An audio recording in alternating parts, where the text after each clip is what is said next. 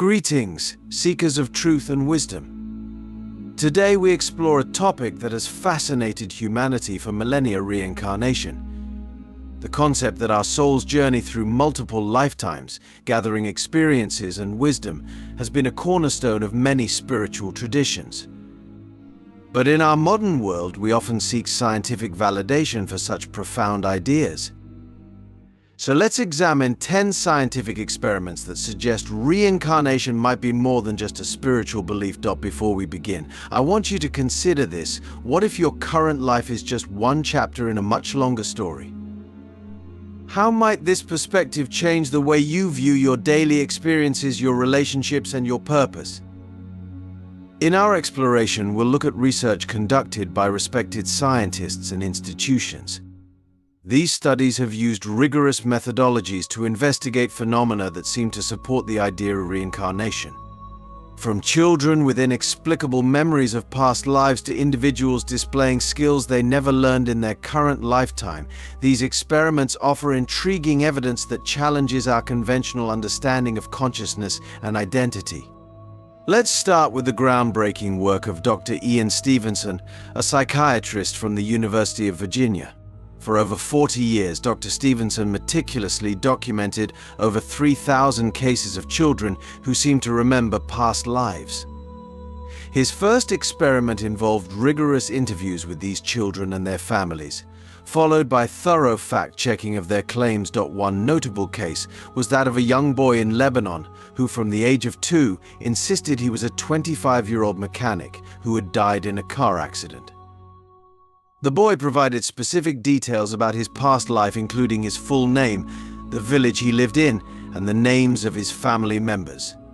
Dr. Stevenson's team verified these details and found them to be accurate. The boy even had a birthmark corresponding to the fatal wound of the deceased mechanic.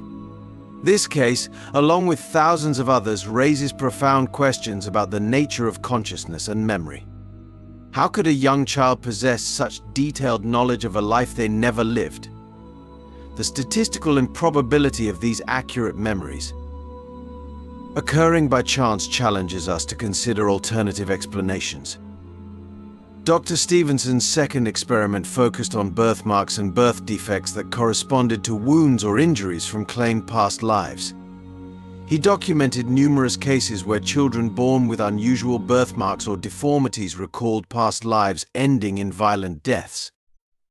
In many instances, he was able to obtain autopsy reports or other documentation confirming the location and nature of the fatal wounds matched the children's birthmarks. This physical evidence adds another layer of complexity to the reincarnation hypothesis. It suggests a potential link between physical traits in one life and experiences in another. Could our bodies carry imprints of our soul's journey? The third experiment in our exploration involves research into xenoglossy, the ability to speak a language one has never learned. Dr. Stevenson documented several cases where individuals under hypnosis began speaking in languages they had no prior exposure to, often with the fluency and accent of a native speaker. One remarkable case involved an American woman who, under hypnosis, began speaking ancient Egyptian. Linguistic experts confirmed the authenticity of the language she spoke, which had not been spoken for millennia. How do we explain such phenomena within our current understanding of brain function and language acquisition? These initial experiments challenge our conventional views of identity and consciousness. They invite us to consider the possibility that our existence might extend beyond the boundaries of a single lifetime. As we proceed, I encourage you to keep an open mind, but also to approach these ideas with critical thinking. What alternative explanations might exist for these phenomena? How might these findings, if true, reshape our understanding of life, death, and the nature of the self? As we venture further into our exploration of scientific experiments supporting reincarnation, we find ourselves at the intersection of quantum physics and consciousness studies. This fascinating junction offers us new perspectives on the nature of the soul and its potential to transcend a single lifetime. Our fourth experiment takes us to the laboratories of Dr. Stuart Hameroff and Sir Roger Penrose, pioneers in the field of quantum consciousness. Their research suggests that consciousness might not be solely produced by the brain, but could be a fundamental property of the universe, existing at the quantum level. Their orchestrated objective reduction or theory proposes that quantum computations in protein structures called microtubules within brain neurons are the source of consciousness. More intriguingly, they suggest that this quantum information might not be destroyed at death, but could persist in the universe, potentially allowing for the continuation of consciousness after physical death. This theory opens up profound possibilities.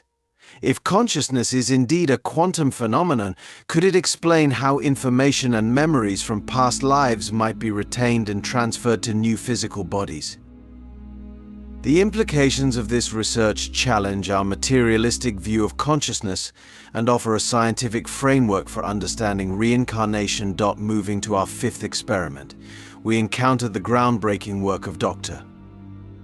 Jim Tucker, who has continued and expanded upon Dr. Stevenson's research at the University of Virginia.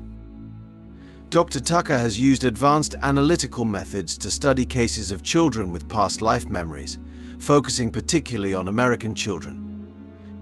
One of his most striking cases involved a young boy named James Leininger, who had vivid, recurring nightmares of dying in a plane crash. James provided numerous, highly specific details about being a World War II pilot, including the name of his aircraft carrier, his fellow pilots, and technical aspects of the planes he flew. Extensive research confirmed the accuracy of these details, corresponding to the life of a pilot who died in the exact manner James described.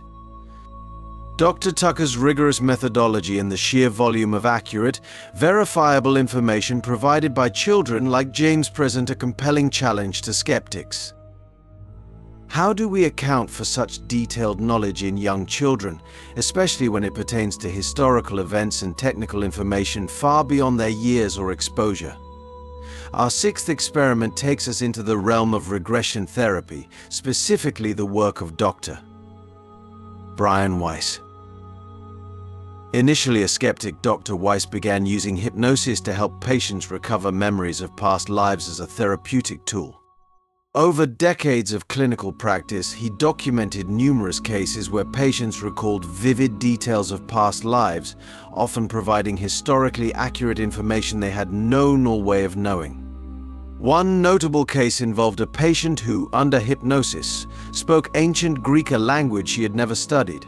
Linguistic experts confirmed the authenticity of her speech. This case, among many others, raises intriguing questions about the nature of memory and the potential for accessing information from past lives. While skeptics might argue that these recollections could be attributed to cryptomnesia, the emergence of forgotten memories, or confabulation, the creation of false memories.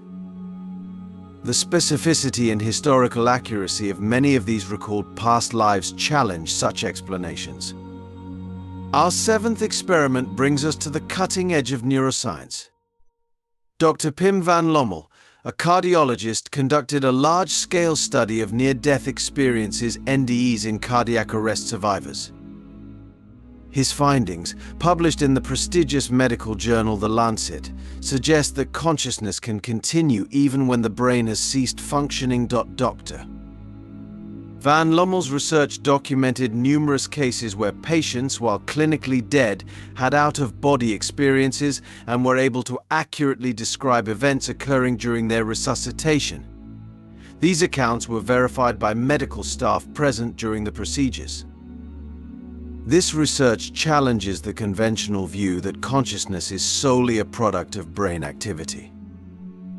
If consciousness can persist when the brain is not functioning, it opens up the possibility that it could also continue after death and potentially be carried into a new life. As we reflect on these experiments, we're invited to expand our understanding of consciousness, memory, and identity. The evidence presented challenges us to consider that our existence might not be limited to a single lifetime. But what does this mean for how we live our lives now? If reincarnation is real, how might it change your approach to your current life? Would you view your challenges differently, knowing they might be part of a larger journey of soul growth? How might you treat others, recognizing that your paths may have crossed in past lives and may cross again in future ones? As we delve deeper into our exploration of scientific experiments supporting reincarnation, we find ourselves venturing into the realms of genetics and epigenetics. These fields offer tantalizing clues about how information might be carried from one life to the next, challenging our understanding of inheritance and memory. Our 8th experiment brings us to the cutting-edge research on genetic memory. Scientists have discovered that traumatic experiences can leave a chemical mark on our genes, which can then be passed down to future generations. This phenomenon, known as epigenetic inheritance, suggests that our experiences can influence not just our own lives, but potentially the lives of our descendants. Dr. Rachel Yehuda's groundbreaking study on Holocaust survivors and their children found that both groups had similar abnormalities in their stress hormone profiles. This suggests that the trauma experienced by the parents was somehow inherited by their children. But what if this inheritance isn't limited to our immediate descendants? Could this mechanism explain the transfer of memories and traumas across multiple lifetimes? This research invites us to consider a profound question: are we carrying the unresolved traumas and experiences of our past lives in our very DNA? And if so, how might healing these inherited wounds transform not just our current life, but our future incarnations? Our 9th experiment takes us into the fascinating world of savants and child prodigies. These individuals possess extraordinary skills or knowledge that seem to defy conventional explanation. Take the case of Jay Greenberg, who began composing complex symphonies at the age of 2, or Cameron McCarley, a young boy who could describe in vivid detail a life on a remote Scottish island he had never visited. Researchers like Dr. Darrell Trefford have studied these cases extensively, proposing the concept of genetic memory or ancestral memory to explain these inexplicable abilities. But could these talents be more than just genetic anomalies? Might they be skills honed over multiple lifetimes, resurfacing in a new incarnation? This perspective challenges us to look at our own talents and interests in a new light. Could your inexplicable passion for a particular culture or historical period be an echo from a past life? Might your natural aptitude for a skill you've never formally studied be a talent you've cultivated over many incarnations? Our final experiment brings us to the frontier of consciousness research, the study of terminal lucidity. This phenomenon occurs when individuals with severe brain disorders, such as advanced Alzheimer's or brain tumors, experience a period of unexpected mental clarity shortly before death. During these episodes, patients often regain memories, cognitive functions, and personality traits that had been lost to their illness. Dr. Alexander Bathiany's research on terminal lucidity cases suggests that consciousness might not be as dependent on brain function as we once thought. If a severely damaged brain can suddenly produce clear, coherent consciousness, it implies that consciousness might exist independently of the physical brain. This research aligns with the concept of the soul or consciousness as a distinct entity that uses the brain as an interface with the physical world, rather than being produced by it. If consciousness can persist despite severe brain damage, could it also persist after death, carrying with it the accumulated experiences and wisdom of a lifetime? As we reflect on these experiments, we're invited to expand our understanding of who we are beyond the confines of our current physical existence. The evidence presented challenges us to consider that our identity, our memories, and our very essence might transcend the boundaries of a single lifetime. But with this expanded perspective comes great responsibility. If we are indeed eternal beings on a journey of continuous growth and evolution, how does that change our approach to life? How might we live differently if we viewed each experience, each relationship, each challenge as part of a greater journey of soul development? In our final segment, we'll explore the practical implications of these findings and how they might transform our daily lives. Are you ready to embrace a perspective that spans not just years but lifetimes?